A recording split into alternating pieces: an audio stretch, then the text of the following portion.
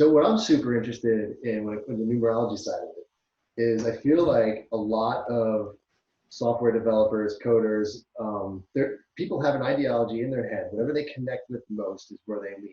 Like you said, people are always searching for some sort of spiritual path, especially when they're in crisis, right?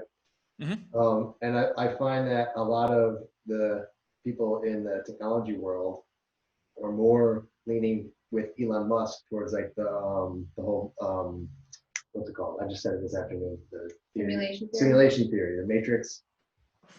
And I've always thought that seemed eerily close to something like that numerology would be a part of the simulation theory, right? Because it's code based. There's numbers. It's right. Have you? Is that anything you've ever explored, or do you have any insight into that? Yeah, is that like popular in the community? Like debate this. Like I could just see a bunch of numerologists with some like wine going deep. I think my answer would be similar in terms of like, and I feel really philosophically strong about this. It's like there's a point where I stop trying to understand what the underlying reasons for this is. So I know a little bit. I know that the universe is more than this, that there's multiple dimensions, and that time is not what we think it is, and that whoever designed this, whatever this is, a reality experience, left some important messages inside numbers that we can read through numerology. And that's where I stop.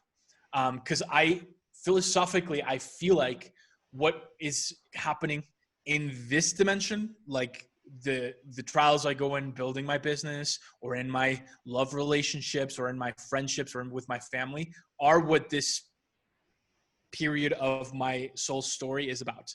Not what those explanations are. So I know that there are some, and they exist. And I love listening to people who have thoughts about like what it might be, and like what might happen. And like when Joe talks about moving into past lives in his meditations, I'm like, oh, I want to do that. And I believe it, but I don't have thoughts, because I don't want, like, I strongly believe that we're not supposed to know those things, and we'll know after we die, or maybe we already know it and we chose to forget it for this experience. That's interesting. So if you basically, I guess you could look at it like we don't have the information on purpose. Like there's a reason why we don't remember these things.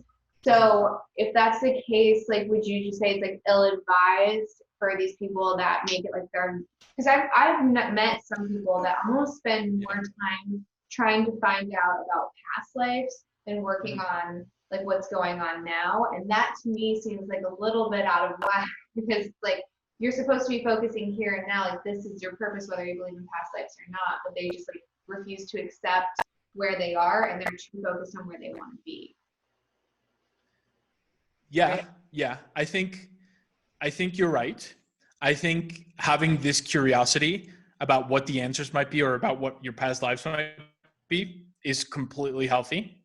I think thinking about that 24/7 might be reflective of some sort of escape mechanism that you have from trying to disconnect from this one.